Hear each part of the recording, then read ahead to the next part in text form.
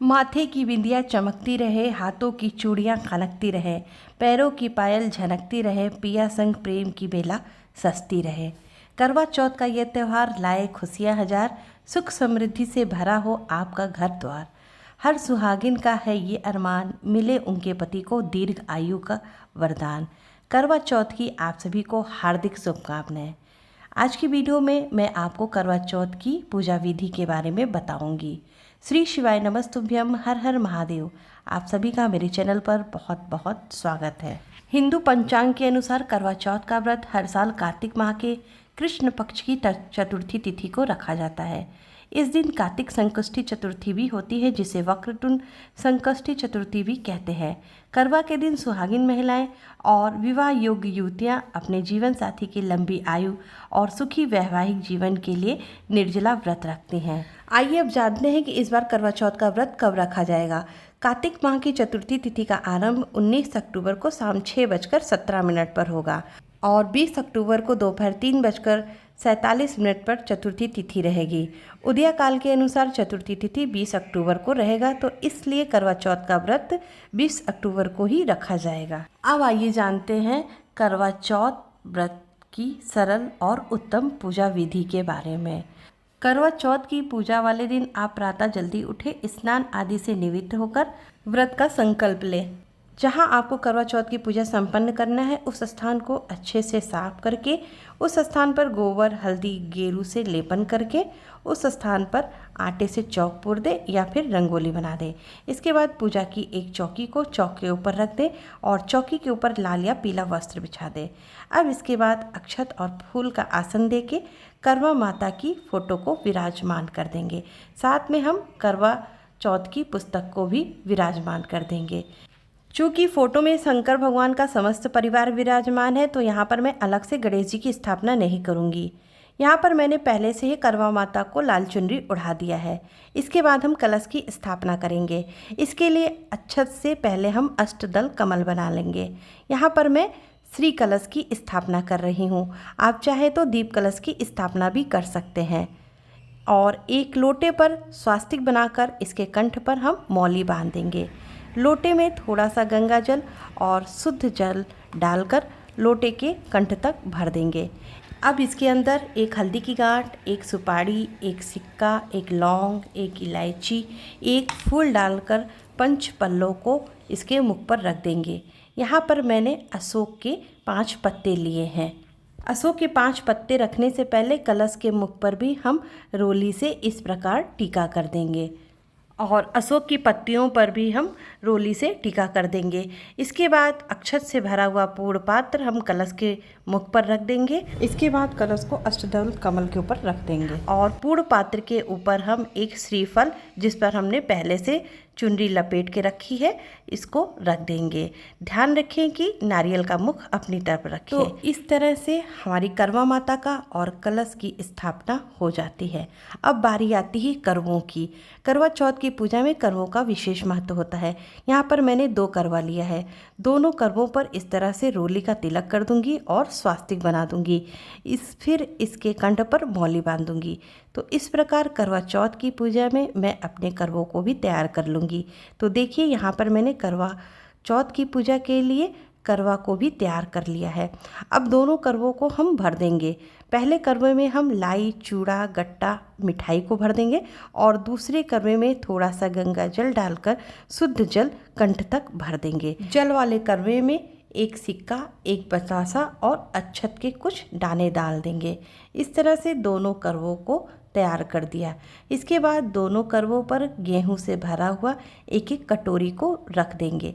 इसके बाद दोनों करवों पर एक एक दीपक को भी रखकर, जहां पर हमने करवा चौथ की पूजा का चौकी लगा कर रखा है, उस चौकी पर अक्षत का आसन देकर इन दोनों करवों को भी विराजमान कर देंगे। तो देखिए, पूजा की चौकी पर मैंने दोनों करवों को भी विराजमान कर दिया है। इसके बाद हम यह सिक्का दोनों करवों की टोटी पर लगा देंगे। दोनों करवों की टोटी पर सिक्का लगा लेने के बाद एक गिलास में गेहूं भरकर और ऊपर से कुछ द्रव्य रखकर हम गिलास पर मौली बांध देंगे और इसको अपनी पूजा में करवा माता के पास रख देंगे। आप गिलास के स्थान पर चीनी के करवे का भी प्रयोग कर सकते हैं। करवा चौथ की पूजा के बाद इसे हम अपनी सास को दे देंगे। चलनी को भी हम पूजा में इस प्रकार से रख देंगे। बाद में इसी चलनी से हम चंद्रमा तथा अपने पति का मुख दर्शन करेंगे। सभी की स्थापना करने के बाद हम अपनी करवा चौथ की पूजा को आरंभ करेंगे। सबसे पहले धूप दीपक को प्रज्वलित करके हम करवा चौथ व्रत का संकल्प लेंगे। संकल्प लेने के बाद फूल की सहायता से सभी पर हम जल का 3 बार छींटा कर देंगे। सांकेतिक स्नान का भाव करते हुए हम सभी पर जल का छींटा कर देंगे। इसके बाद गणेश जी, शंकर जी, कार्तिकेय जी को हम जनेऊ अर्पित कर देंगे। करवा माता की फोटो में शिव जी का पूरा परिवार है, तो गणेश जी, कार्तिकेय जी, शंकर जी, माता पार्वती सभी को हम वस्त्र रूपी कलावा अर्पित कर देंगे। माता करवा को मैंने पहले से ही लाल चुनरी उड़ा दी है। करवा चौथ की पूजा के लिए हमने अपने सास को देने के लिए जो बाना तैयार किया है उसको करवा चौथ की पूजा की चौकी पर रख देंगे। उस पर भी अक्षत पुष्प समर्पित करके रोली का टीका लगा देंगे। रोली से हम सभी को तिलक करेंगे। सबसे पहले भगवान गणेश जी को तिलक करेंगे, उसके बाद कार्तिकेय जी, माता पार्वती, करवा माता, सूरज, चांद फोटो में बने हुए सभी को तिलक करेंगे। कलश, करवा चौथ की पुस्तक सभी को हम तिलक कर देंगे। शंकर भगवान को रोली कुमकुम का तिलक नहीं लगाया जाता, तो यहाँ पर मैंने शंकर जी को अलग से चंदन का तिलक लगा दिया है। इसके बाद हम सभी को अक्षत का दाना समर्पित करेंगे। इसके बाद हम सभी को पुष्प समर्पित करेंगे। करवा चौथ व्रत रखने की परंपरा की शुरुआत महाभारत काल से हुई है।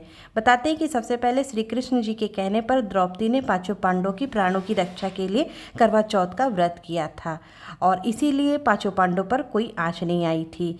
इसीलिए हर सुहागिन महिला को अपने पति की रक्षा और लंबी आयु के लिए करवा चौथ का व्रत रखना चाहिए। इस व्रत को रखने से वैवाहिक जीवन में खुशहाली आती है और आपसी मधुर संबंध होते हैं। इसके बाद हम भगवान गणेश जी, माता पार्वती और करवा माता को सिंदूर लगा देंगे और साथ में करवा माता को हम सुहाग की पेटी समर्पित करेंगे। इसके बाद हम भोग प्रसाद समर्पित करेंगे। आपके पास जो भी फल मीठा हो उससे माता को भोग लगाएं। यहाँ पर मैंने लड्डू, बर्फी, बतासा के साथ सेव और केले फल का भोग लगाया है। भोग प्रसाद को समर्पित कराने के बाद जल का भोग जरूर से समर्पित करें। करवा चौथ की पूजा में 4 की संख्या में भोग समर्पित किया जाता है। इसके बाद हम अपने सीधे हाथ में गेहूं के दाने और फूल लेकर करवा चौथ व्रत की कथा को सुनेंगे या फिर पढ़ेंगे। करवा चौथ की व्रत कथा को श्रवण करने के बाद 13 दाने गेहूं के हाथ में लेकर बाकी बचे हुए गेहूं के दाने को करवा माता के श्री चरणों में भेंट कर देंगे और इस 13 दाने को अपने आंचल में बांध लेंगे। चंद्रमा को अर्घ्य देते समय हम इन 13 दानों का प्रयोग करें। इसके बाद हम धूप दीपक दिखाकर माता की आरती करेंगे। तो सबसे पहले भगवान गणेश जी की आरती करेंगे, शंकर जी, माता पार्वती की और माता करवा की आरती करेंगे। आरती करने के बाद 3 बार जल से आरती के ऊपर से फेरी लगा देंगे। इसके बाद सभी को आरती देकर स्वयं आरती ले लेंगे और अपनी सामर्थ्य के अनुसार दक्षिणा समर्पित कर देंगे। इसके बाद करवा माता से अपने पति की अच्छे स्वास्थ्य और दीर्घ आयु के लिए प्रार्थना करेंगे और साथ में पूजा में हमसे किसी प्रकार की गलती या भूल चूक हो गई है तो उसके लिए क्षमा प्रार्थना भी करेंगे। अब इसके बाद करवा को लेकर हम 7 बार करवा फेरते हैं। अगर आप अकेले पूजन कर रहे हो तो करवे को हाथ में लेकर इस प्रकार से माता गौरा से 7 बार छुआकर 7 बार फेरे पूरे करें। इस प्रकार ऐसा कहा जाता है कि हम माता गौरा से अपना करवा बदल रहे हैं। इस प्रकार हम हाथ में करवा लेकर 7 बार माता गौरा पर से फिराना होता है। इसके अलावा आप अपने पति को पूजा में बिठाकर उनसे भी करवा बदल सकती हैं। इसके लिए आप एक करवा ले लें और एक करवा अपने पति को दे दें। एक के बाद उनसे करवा ले लें और अपने हाथ का करवा अपने पति को दे दें। इस तरह आप आपस में 7 बार करवा अदल बदल लें। यह प्रक्रिया आपको 7 बार करना है। इस तरह से भी करवे फेरे जाते हैं या फिर आप एक प्रक्रिया से और करवा फेर सकते हैं। इसमें आपको करना है दोनों करवे को आपस में 7 बार एक स्थान से दूसरे स्थान पर रखना है। यह भी करवा फेरने की एक प्रक्रिया है। यदि आप ग्रुप में इकट्ठा पूजा कर रहे हैं तब आपको करवा फेरना में कोई परेशानी नहीं आती है, वहाँ पर सब आपस में फेर लेते। तो इस विधि के द्वारा हमारी करवा चौथ की पूजा विधि संपन्न होती है। उम्मीद करती हूँ वीडियो आपके लिए उपयोगी होगी। तो मिलते हैं अगली वीडियो में, तब तक के लिए श्री शिवाय नमस्तुभ्यम। हर हर महादेव। जय माता करवा।